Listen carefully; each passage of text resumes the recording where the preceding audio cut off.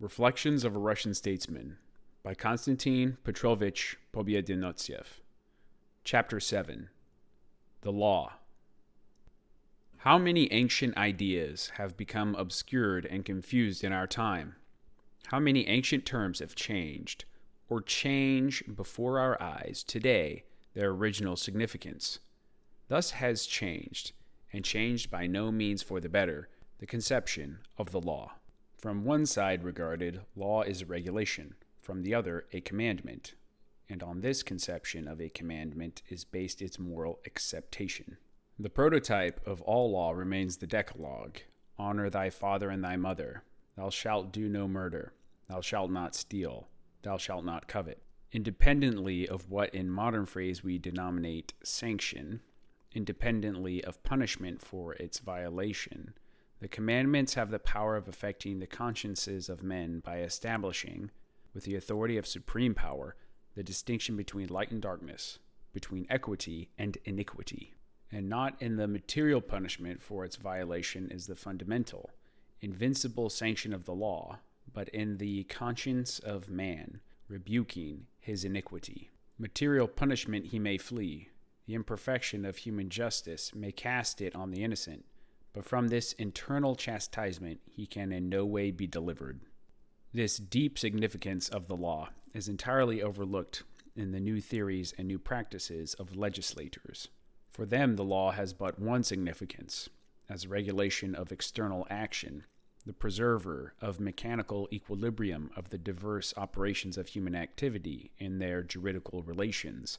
In the preparation of the law, great labor is expended on analysis and technicality. The importance of technicality and analysis cannot be gainsaid. But is it wise, in providing for these, to forget the essential significance of the law?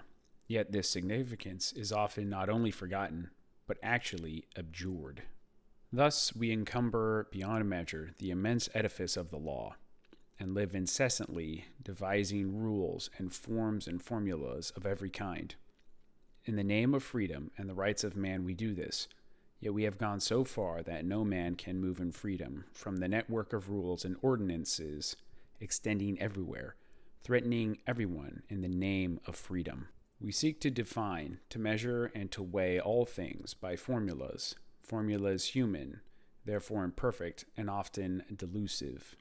We strive to emancipate the individual, but everywhere we dig pitfalls about his feet, the victims of which more often are the innocent than the guilty. When we consider the infinite multitude of laws and regulations, and the bewilderment of legislatures and judges, the fiction that ignorance of the law is in no way justification assumes an appalling significance. The simple man cannot know the law, or vindicate his rights, or defend himself against attacks and accusations. He falls then into the hands of attorneys, the sworn mechanics of the machine of justice, whom he pays for every step which his case advances in the courts. Meantime, the immense network multiplies its meshes around him.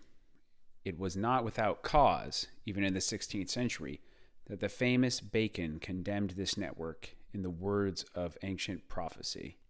In the land of Bacon, since the 16th century, this network, which even then seemed intolerable, has multiplied its meshes daily until it has attained monstrous dimensions. A mass of enactments, ordinances, and precedents are mingled in grotesque and inexplicable chaos. No mind can penetrate and reduce it to order, or separate the accidental from the permanent, the obsolete from the active, the essential from the unessential. The roll of statutes resembles a great warehouse, through which only those who know it can find their way and satisfy their needs. Yet on such conditions is justice based. From this depends the working of all public institutions and of all departments of state. If the voice of right has not been stifled in the conscience of the people, this must be ascribed to the experience, dexterity, and knowledge to rule and to judge, and the preservation through tradition from immemorial time of ancient authorities and institutions. For there exist, in addition to the law, a rational force and a rational will which powerfully aid its administration, and to which all submit. Thus, When we speak of respect for the law in England, the word law is not to be taken in its most limited signification. The power of the law is supported, in reality, by respect for the authority which is armed with the law, and by confidence in its equity, skill, and learning. In England, the chief indispensable condition for the support of law and order is the clear definition of the jurisdiction and authority of the judges, so that they may not doubt the steadfastness or vacillate through consciousness of the limits of their authority. The judges, therefore, are not armed alone with the letter of the law, or slavishly subservient to it through fear of responsibility, but armed with the law as a whole and charged with its rational interpretation as a moral force proceeding from the state. Where this essential element of strength is absent, where ancient institutions do not exist to serve as the sanctuary of reason and skill in the application of the law, the increasing number and complexity of statutes creates a labyrinth in which all those who enter are lost, for there is no deliverance from the net which is cast around them.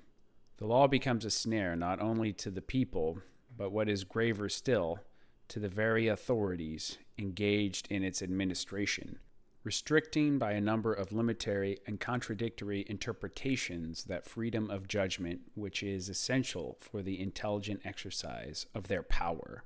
When wickedness and violence have to be exposed, the injured to be justified, order to be restored, and his due to be given to each, most necessary of all things is a powerful exercise of will, inspired by ardor for justice and for the welfare of the people.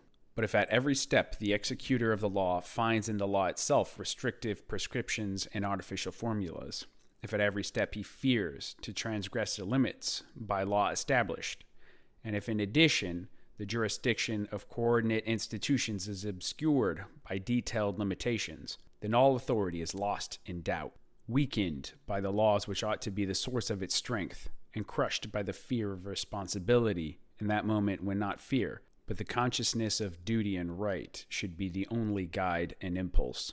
The moral influence of the law is sapped by a multitude of provisions and definitions accumulated in the incessant activity of the legislative machine. And, as a result, the law in the popular conception assumes the aspect of a mysterious power existing for a purpose inexplicable and everywhere restricting and paralyzing the operations of life.